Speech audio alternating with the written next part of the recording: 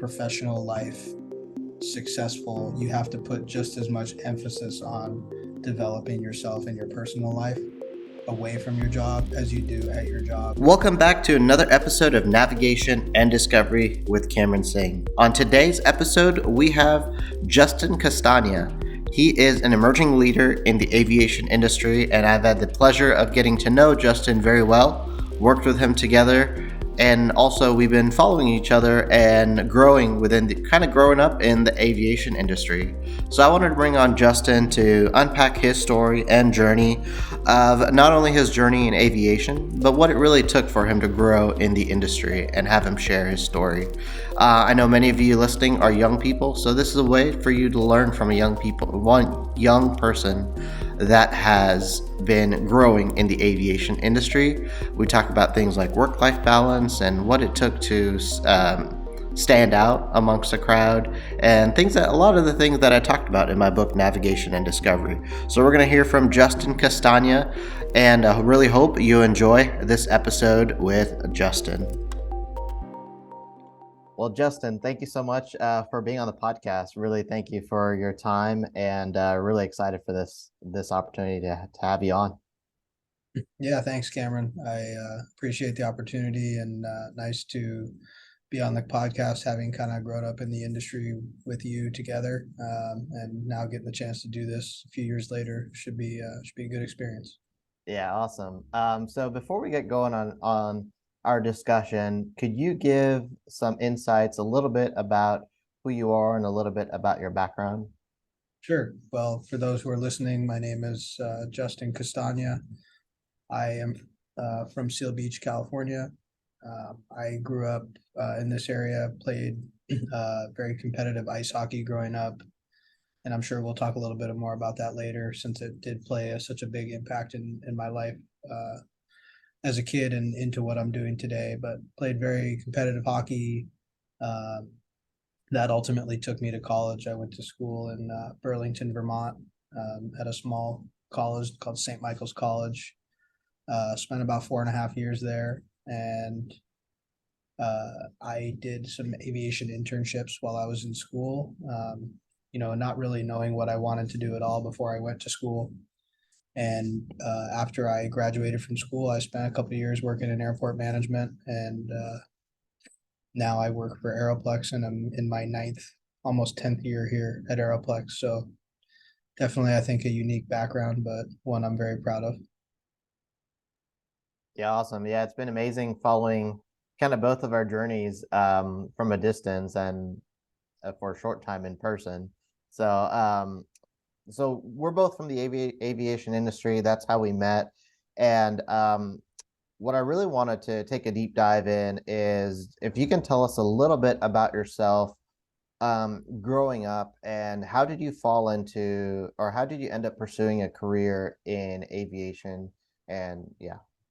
Sure. That's a kind of a funny story. I have the pleasure now of being business partners with my father. My father's been in aviation since I was a kid. When I was young, I could remember him working at the airport during the day and being a police officer at night. And he actually started working as a line guy, and then worked as an FBO manager, and now does kind of what we do today, obviously. But growing up as a kid, I was really focused on sports, and I never really wanted anything to do with aviation. I can remember he had a Cessna 210, and he would ask me all the time, "Do you want to learn to fly?" And I like to go flying with him, but I never had any interest in it myself. And so fast forward, I play hockey my whole life. I very successful, won a national championship when I was 16 years old. Ultimately get a scholarship to play in college, and happens that where I'm going to school in Vermont, less than a mile down the road, is Burlington International Airport. So while I'm in school in my first year and starting to take some of my business courses, I'm watching airplanes take off and land most of the day. And so, I always had an interest in watching the airplanes just because I spent so much time around it. And fast forward, I got my pilot's license that summer. I spent a summer working as a line service guy for Signature.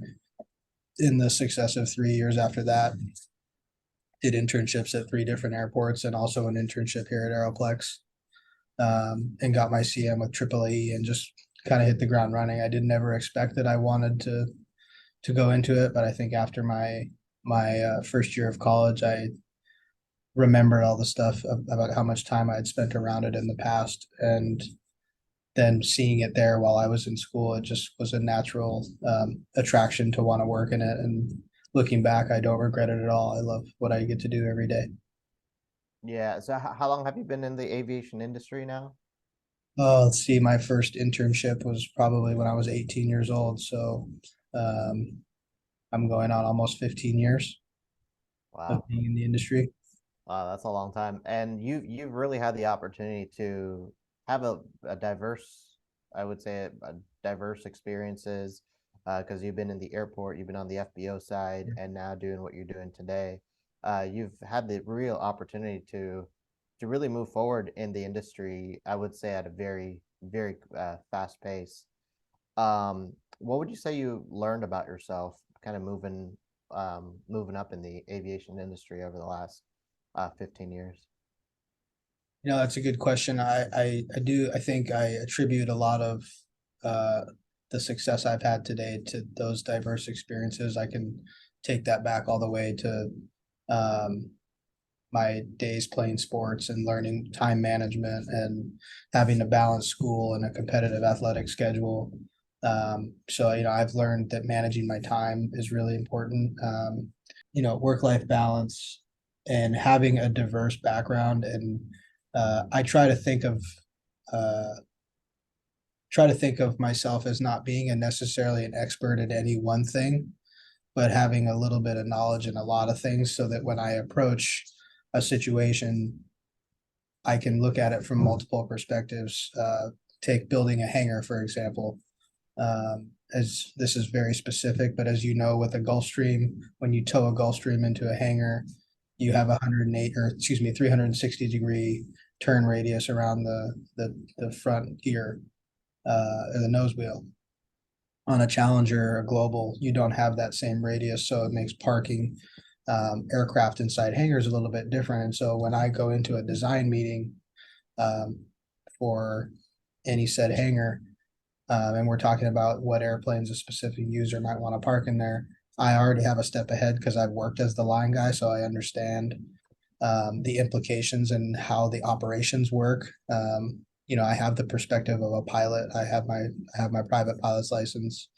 I have the perspective of the FBO. I have the perspective of the developer, the financial investor. And so having that well-rounded approach and learning how to balance your approach with, the differing priorities on any sort of project, time, um, schedule, budget, finances, all of that is extremely critical as to what I've really learned about myself is the ability to balance a lot of spinning plates at the same time. How important was mentorship throughout your journey so far, and how really important is it today to help you where you've gotten in the industry? So I said something earlier. I have the pleasure of getting to be business partners and work with my father every day. So that, right there is the epitome of mentorship. Not only is, my dad my best friend, but I also get to work with him too. And so he's been, a mentor to me for my entire, obviously life and career. Playing sports, I had a lot of mentors in sports, great coaches, great teammates, and all of those experiences, in my opinion, have led me to the success I've had today. And so mentorship for me is a really big thing, and it's something that I enjoy uh, giving back to the community to be able to do. And just, quick story. One of my staff who works for me, his name is Luis Trujillo. He came here from Colombia when he was 18 years old. Uh, didn't speak any English. Came here on a visa to go to college, and I was paired up with him at a AAAE conference through their ambassador program.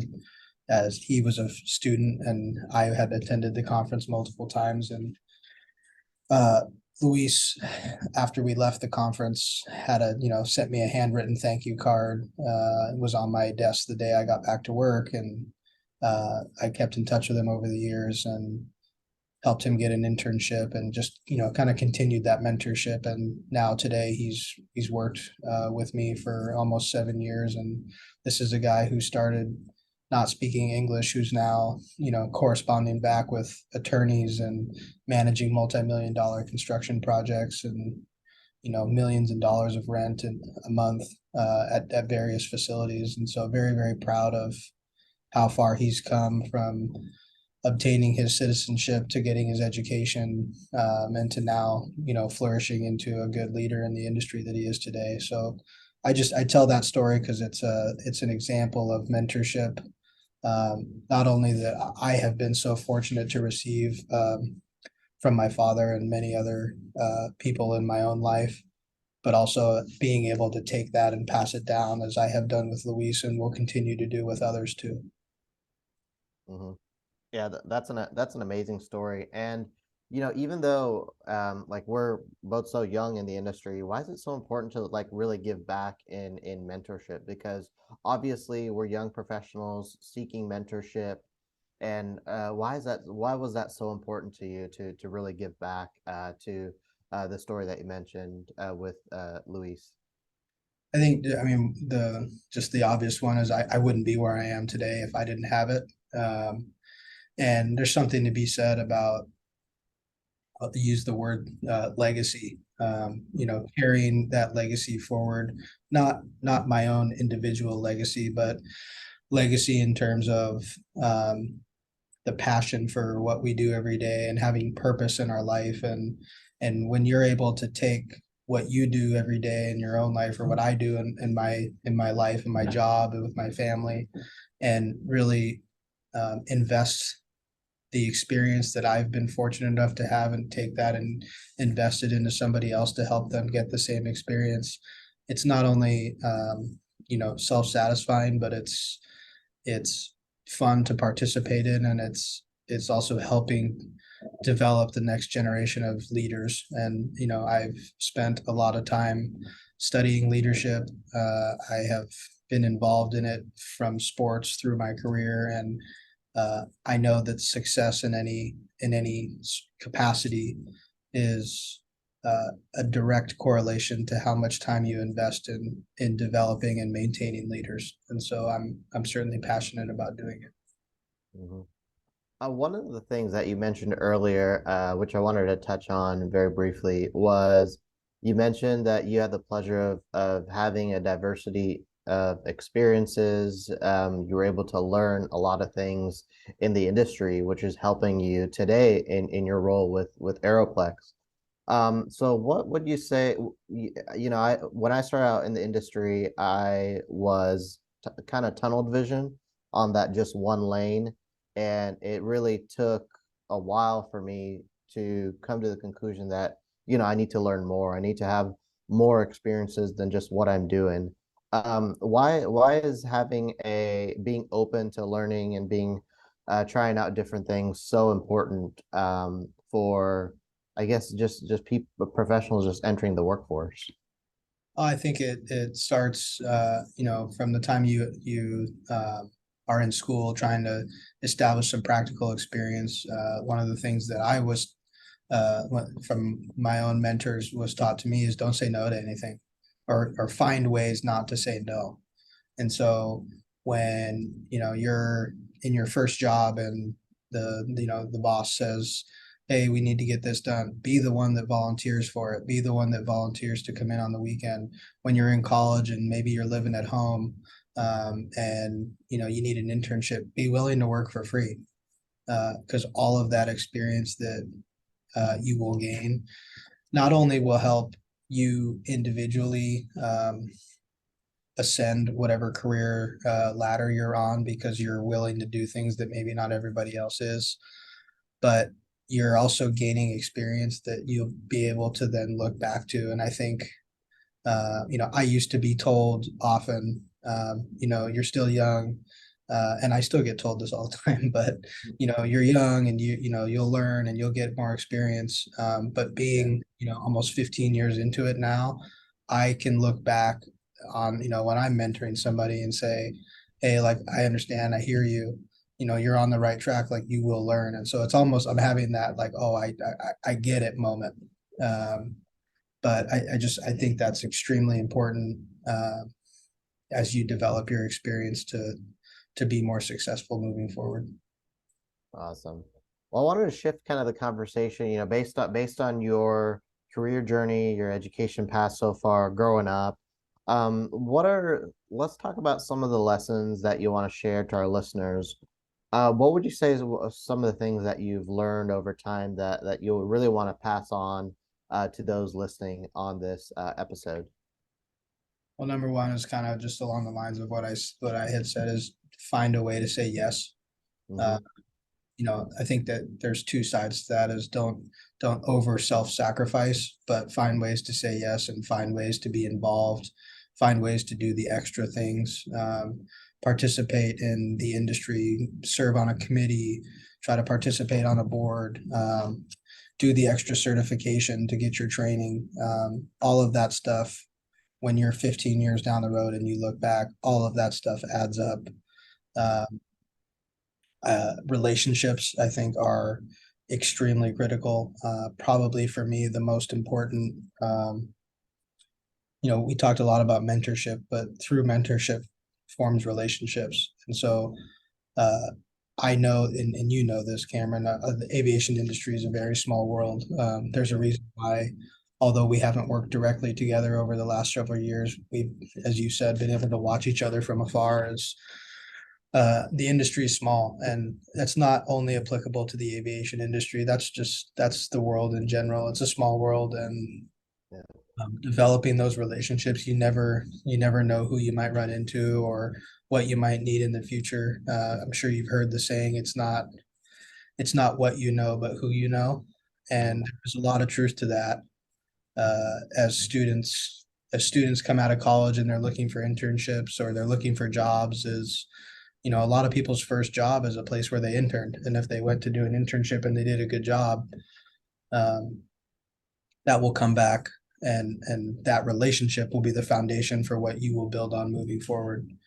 And so, I think, like I said, relationships, um, never saying no or finding a way not to say no, um, and being a team player. That's a very, very cliche thing, and I think anybody sitting in this interview could say that. I think I look at it a little bit differently. Is I come from a background of playing a team sport for 20 years, 20 plus years of my life, and having spent a lot of time on a team, I also know that uh, doing what I do every day, I could not do it without my team that I have with me. And in Aeroplex, we don't take the opinion like, oh, I'm your boss or I'm your manager or I'm your supervisor. The way, as far as we are concerned in this environment, is we all work together, and that doesn't matter if you work for Aeroplex or you work for one of our vendors, our contractors, our financial partners. We're a team, and the success of any project, mission, vision, whatever you're working towards, is Mm-hmm. only as good as the people collaborating on it together. So those three things are really crucial to me, and something that if I were mentoring anybody listening, those would be three huge things I'd highlight. Yeah, one of the things that I really look up to you on ever since we met several years ago was you really do a good job of putting yourself out there, and I think that's what young professionals struggle with. Even I struggled with that when it was time to finish up college, and you have to go and start meeting people in the industry, start looking at job prospects. And it often, like for me, it took a lot out of me because I was a huge shy and timid person. And I think that's a lot of the hesitations that young professionals have today is like really the hesitation to put themselves out there, or try something new. I guess what advice would you have based on your experience that you had with that? I'd say do it anyway. It is uncomfortable. I said to somebody earlier this year, I sit on the board of the Association of California Airports, and I've uh, going into my fifth year on that board, and I was actually appointed the vice president this year. And I said to one of my team members before we went to the conference, I said, this is the first time, and mind you, I'm 15 years in the industry. This is the Yeah. first time I'm going to a conference where I really feel like I'm going to walk into the room and I feel really comfortable knowing that I'm going to know who people are, and if I don't know them, I'm I'm not at all. I don't have. There's no hesitation from me to be able to walk up and say hello and shake their hand and do that. And so, we were talking earlier about, oh yeah, well, it comes with time and experience, and it does, but also the willingness to just walk right up to somebody and shake their hand. There's no reason to be afraid to do it because everybody at what if it's a career fair, a conference, whatever it is that you're attending as a younger professional or a student, everybody who you're walking up to introduce yourself to talk to has been in the same shoes that you are.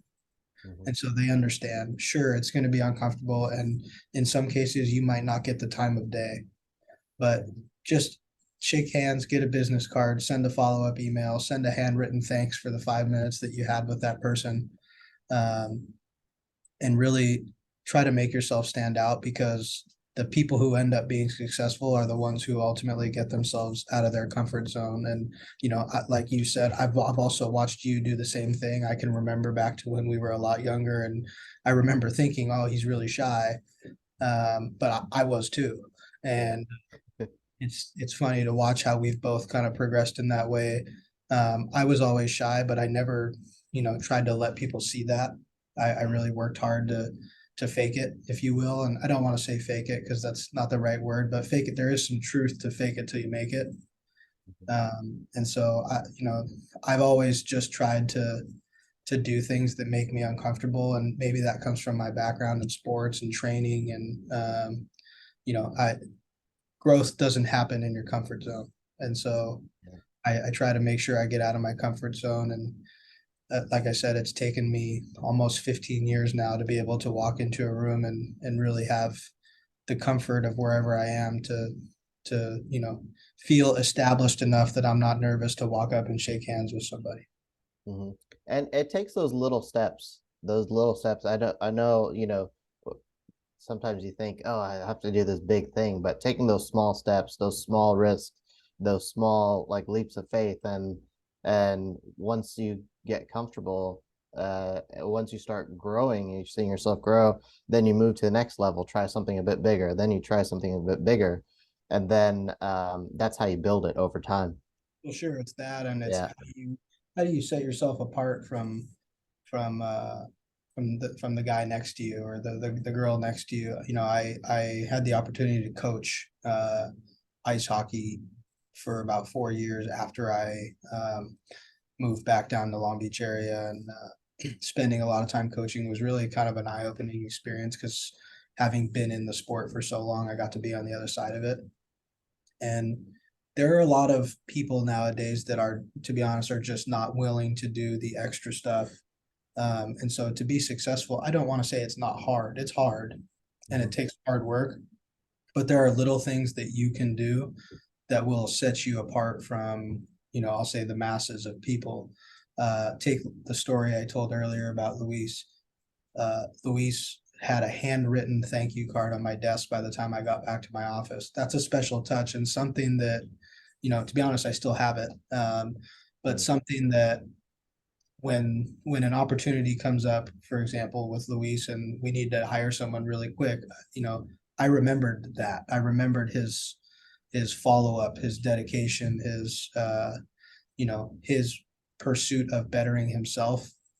He did something to make it so I would remember it. So take that business card, send the follow up email, send a handwritten thank you, make yourself uncomfortable, walk right up to somebody and shake hands, say hello.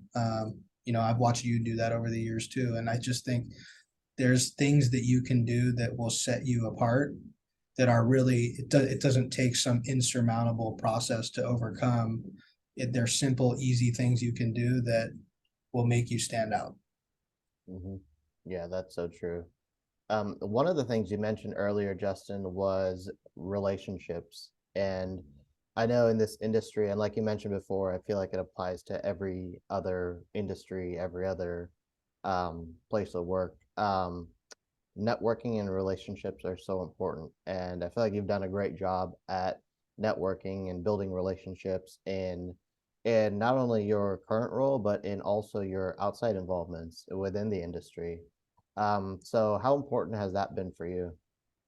Huge. I mean, I'd say that my relationships today are the foundation for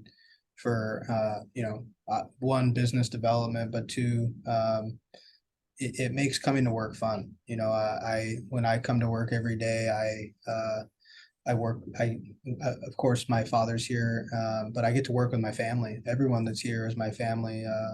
Erica, who works for us in administration, has been here for years, and she's one of my best friends. I have a guy named Daniel who works for me, and I was the best man in his wedding.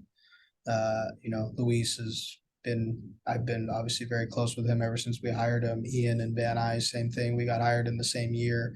And so I really feel like when I come to work, I'm coming to, yes, we work hard, but I'm coming to work with my family and my friends, and there's some truth to that. And same thing when you go to these conferences, you've seen it when you go to these conferences. There's a lot of people who are catching up and hanging out, and most business that is done at a conference is not done in the conference venue. It's hey, let's we'll go out after and meet for a coffee or a cocktail and catch up, and that but if you do that year after year after year, ultimately that's going to turn into business, and those relationships that you establish early on in your career and work hard to foster and maintain will ultimately pay off. I have been in opportunities or situations where somebody that I have a good relationship with in the industry or did some work for, that they were pleased with, recommended me to somebody else. And so it's also free marketing. It's free business development. So um, I, I can't stress enough the importance of those relationships and how impactful they are to not only what you do every day internally, but also externally with your clients, your vendors, your service providers, because there's no I in I guess it's a cliche, but there's no I in team. There's no I in success. I don't have the success that I do, and our company doesn't have the success I do because of me.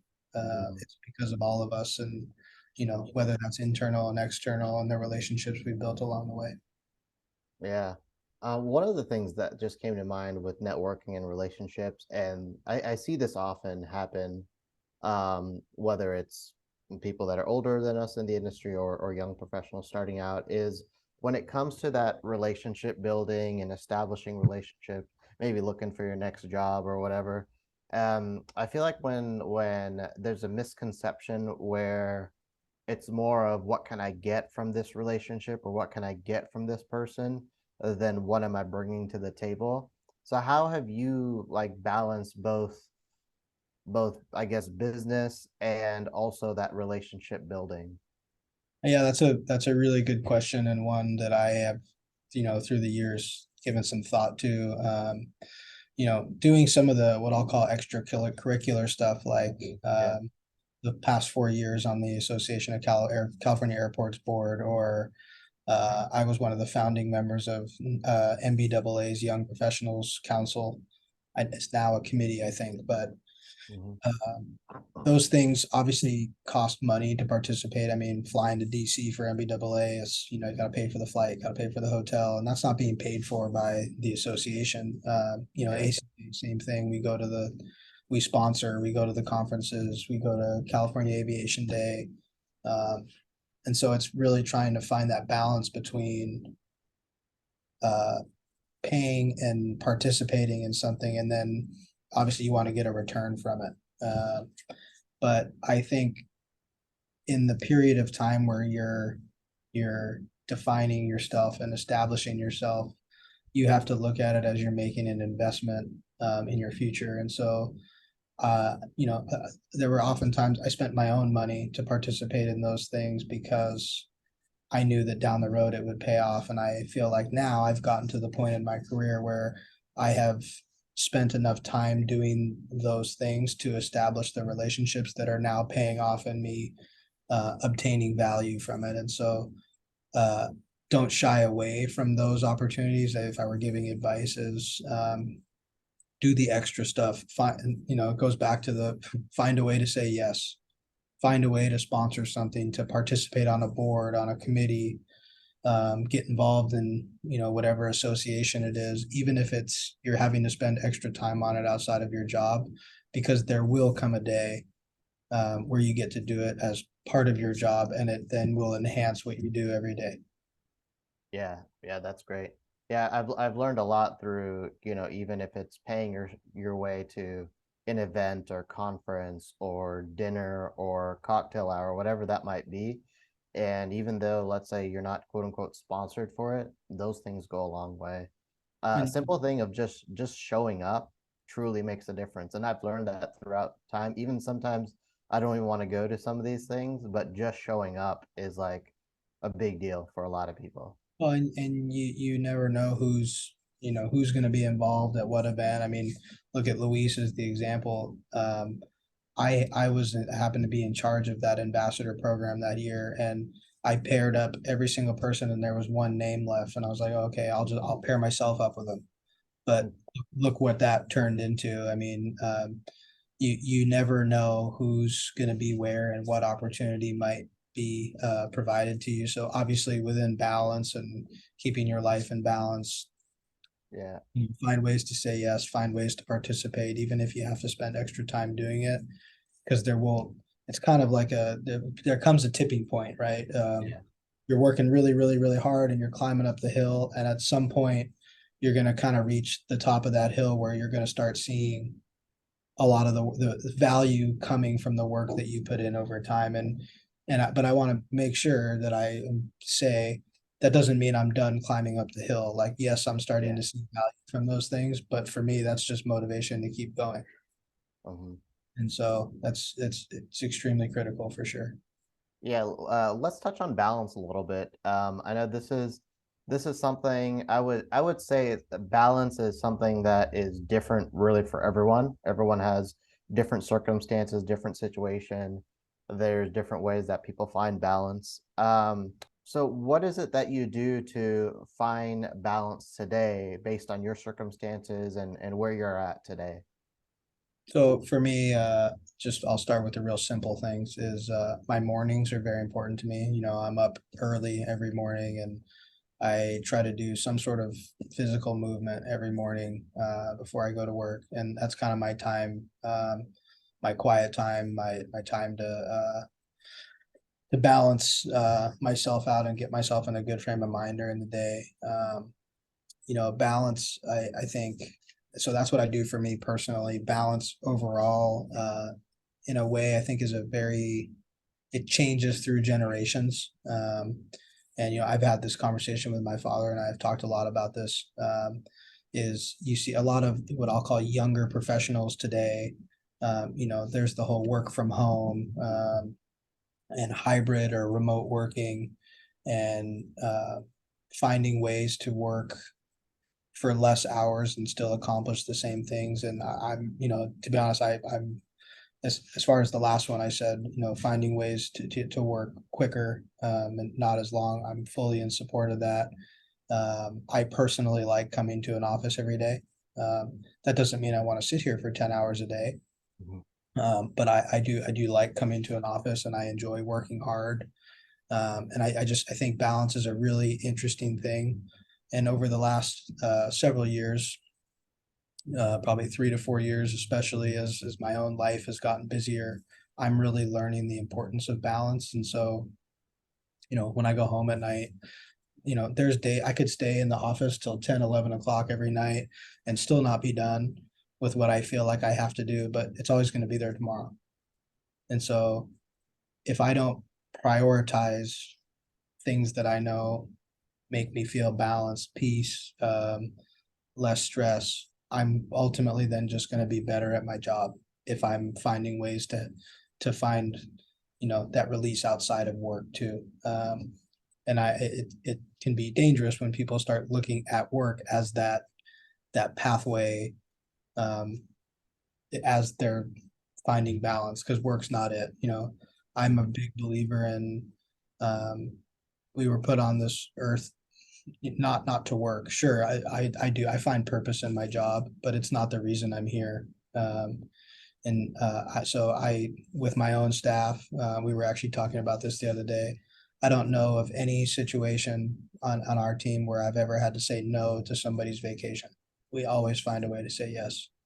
Mm-hmm. Uh, we always find a way to make something happen, to provide coverage, to allow people, because we really put an emphasis on our employees having that work-life balance. And so certainly a big believer in that, a big believer in, if your mornings are your time or your evenings are your time, um, take advantage of those. Go take a trip for a week, go somewhere, turn your phone off. I personally really enjoy being in nature. So I really enjoy not having my phone with me, and just being able to unplug, and all of that is a really good way to recharge. So you come back and, you feel like you've done something. And as the world progresses, I'm sure we'll continue to find ways to work smarter, not harder, and be able to enjoy that balance even more.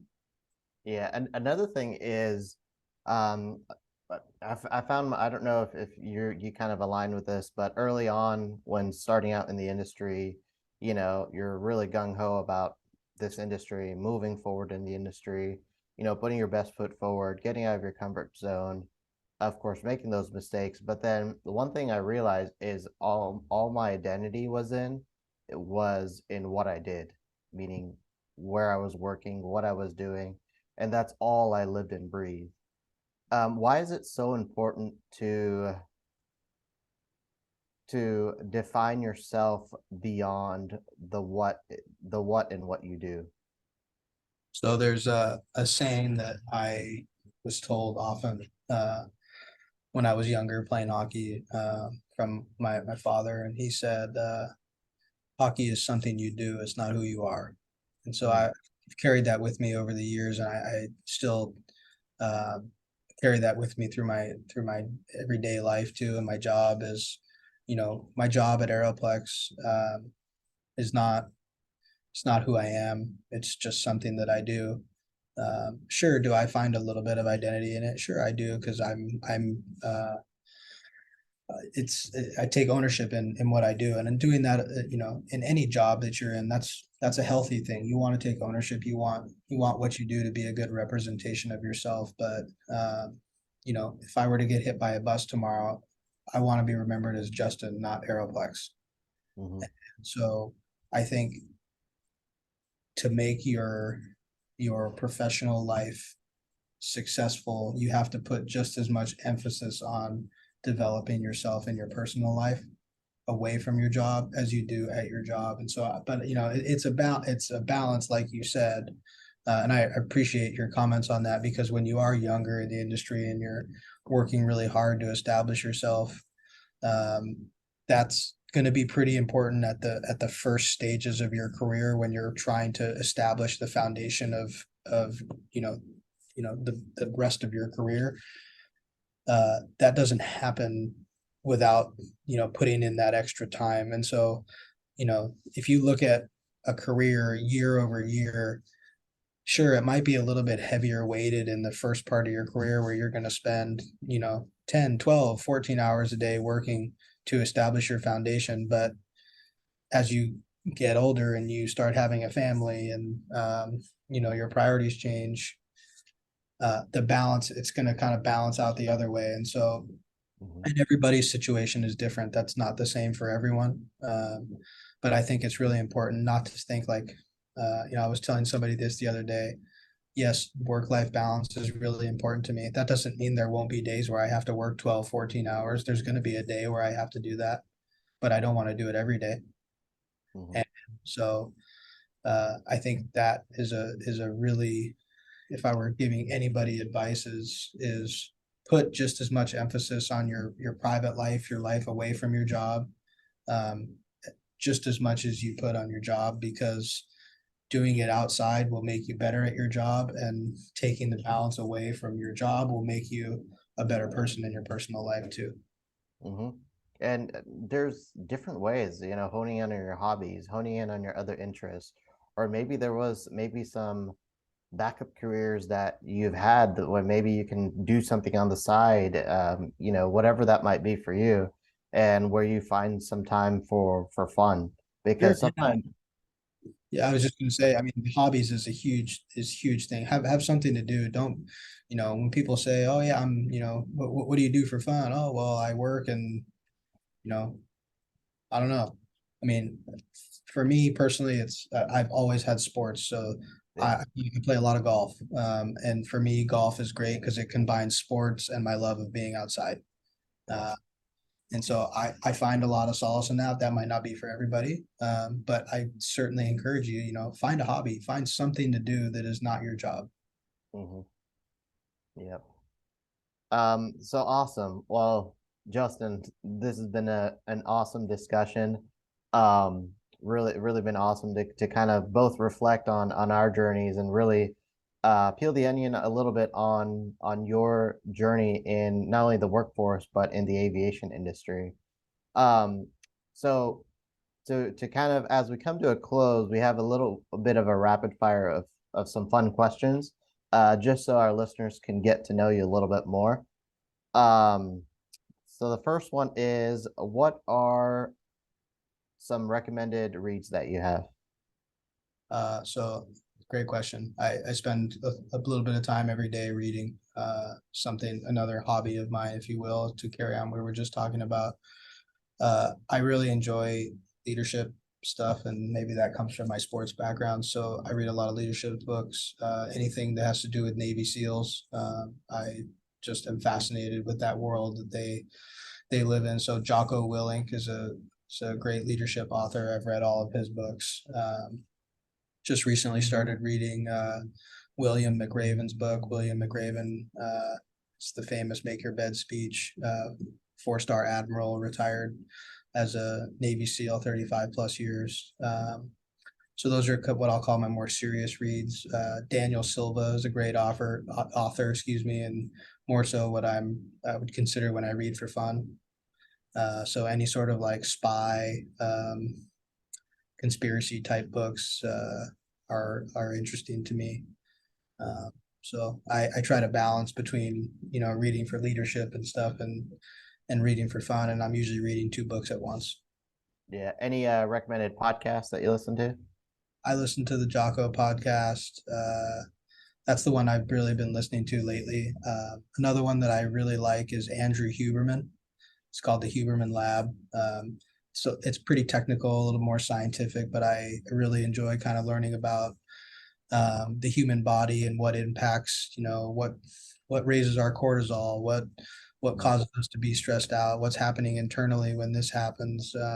He talks a lot about emotions and how your emotions impact your physical health, and your mental health impacts your physical health, and that's been really interesting to learn about. So I would say Jocko's podcast, because you kind of get the old Navy SEALs that come on and tell their stories, and then you get the leadership bits put into that, and then Andrew Huberman is a great listen for anybody who wants to listen to that stuff too. Awesome. And then what's the next thing that you would like to do that's on your bucket list? Oh man, well I did skydiving this year, so I'd certainly like to do that again. I would really like to travel to Patagonia, Chile, down at the south end of South America. Mhm. Just incredibly beautiful places. I love to be outside. I love nature, and so I'd say that's probably top of the list there. And so Yeah. How was your first skydiving experience? a lot of fun actually. I was funny. I was the last one to jump out of the airplane because happened to be the first one to get on the plane, so I was the last one to jump out. And there's no going back once you get up there. So Yeah. it was fun. I really enjoyed it, and kind of a different perspective. I got to sit up. I was basically sitting in the cockpit because I was stuffed all the way in the back of the airplane, and Hmm. interesting to kind of see it from that perspective because I know what it's like to fly the airplane, but to jump out of it's a different story. Yeah. Yeah. Well, cool. Next one is dead or alive. Who would you like to have lunch with? So I'll answer this two ways. Dead would be my grandfather. My Actually, both. I could say both my grandfathers, my mom's dad and my dad's dad. Both of them I was had a very close relationship with growing up. Both of them have unfortunately passed several years ago, but both very dedicated in sports. My dad's father knew John Wooden personally, and so anybody who's read a leadership book knows who John Wooden is, and so I really enjoyed my time I spent with my both my grandfathers over the years, and it would mean a lot to me to be able to be where I'm at today and get to have that time with them back again. And then alive, this is a really tough one. There's so many people I could choose from, but I mentioned earlier William McRaven, and it's just because recently I had listened to, actually he was on Jocko's podcast twice, but I listened to his podcast and his story that he told from when he came into the Navy to actually being fired as a Navy SEAL officer and then coming back and making his way to admiral, and then he went on to give the famous "Make Your Bed" speech at the University of Texas. And I just think a guy with that experience story would just be a uh, really fun person to sit down with and just have more of a casual conversation with. So that one for sure. Awesome. And then final question is what are the best words of wisdom or advice that you've received? This is another great one. So lately, and I'm sure depending on what week you ask me, I could have a different one. I've given a few tidbits on this call of different sayings that I live by, but my favorite one is "So what? Do it anyway." Um, Hmm. and maybe that comes from my sports background, but you wake up in the morning, and when I was going to college playing hockey in northern Vermont, we would have practice at 7 in the morning, and you're driving to practice that's negative 30 degrees outside, and the last thing you want to do is go in a cold ice rink and put your gear on, but you do it anyway. And so I think a lot of people that are successful in, both their personal and professional lives today, it goes back to that being uncomfortable. And sure, there are going to be days that I don't want to wake up early, and there are going to be days that, I might not want to work as hard, but it's what I do in those times that I don't want to do something. Because everybody that quote compete with, everybody's going to have those feelings of not wanting to do it. But if I do it and the person next to me doesn't do it, then I got a little bit better that day. And so for me, it's so what, do it anyway. And especially I'd say in the last 6 months or so, it's been a saying of mine that I've carried both in my personal and professional life that has been really, really helpful for me. Is it's really easy to make an excuse, but it feels a lot better when you just do it anyway. Hmm. Oh, awesome. So as we come to a close here, I know, Justin, you provided a lot of insights through your career journey and career growth so far. But what are some last final words of encouragement to those young people that are starting out in the workforce? Sure. I would love to summarize the entire podcast again, but I mean, the first one would be do it anyway. Yeah. Uh, make yourself uncomfortable. It's okay to be uncomfortable, and a small period of time being uncomfortable is worth it for, after that being comfortable. And so, take the risk, go shake hands with somebody, find ways to say yes, and really just be yourself. I mean, and that sounds really cliche, and I'm not a big fan of cliches, but it just so happens that they fit in a lot of places. But and when I say be yourself, we talked a lot about identity. Is find identity in your profession and what you want to do in your life, but also find identity in your purpose outside of your profession. Uh, just put just as much energy and focus into something you're passionate about outside of work as you do, find ways to volunteer outside of work too, whether that's, um, could be at your child's school. I'm trying to think of any example, but um, find things that you're passionate about and spend time doing them, because it will make you a better person. And so, those are really the things I would leave them with, is just find ways to be uncomfortable. Don't be afraid to get outside your comfort zone, because it will pay off in the long run. And I know, Cameron, you and I both can attest to that, as we've made our way through the industry. For sure. All right. Well, thank you so much, Justin, for sharing all your insights and your knowledge. Really appreciate your time. And yeah, thanks again. Yeah, thanks for having me on. Like I said, it's a pleasure, and happy to be a resource to any of your listeners. If they need any follow up mentoring, I'm always happy to be a resource and share any wisdom that I do have. So thanks, Awesome. Pete. Yeah, and for those listening, I'll drop a link in the podcast description for Justin's profile, LinkedIn profile, and you can connect with him on there if you want to connect with him. So thank you again, Justin. Thanks. Well, I thank you so much for tuning in to Navigation and Discovery with Cameron Singh. I really hope the conversation with Justin really helped added value to your journey of life wherever you're at, and that you were able to have some awesome takeaways from hearing Justin's story and journey of not only entering into the aviation industry, but growing to where he is today. If you want to connect with him, I dropped his LinkedIn profile down in the podcast description, or if you're watching on YouTube, you can connect with him there. And if you haven't gotten a copy of my book, Navigation and Discovery, you can get your copy today at CameronSingh.com, on my website, CameronSingh.com, and you can get the copy of Navigation and Discovery in any format you would like. And if this is your first time tuning into the episode, feel free to subscribe on whichever platform you're listening on, and so that you'll get a notice when the next episode goes live. Really hope that you enjoyed this conversation I had with Justin, and thanks again for tuning in.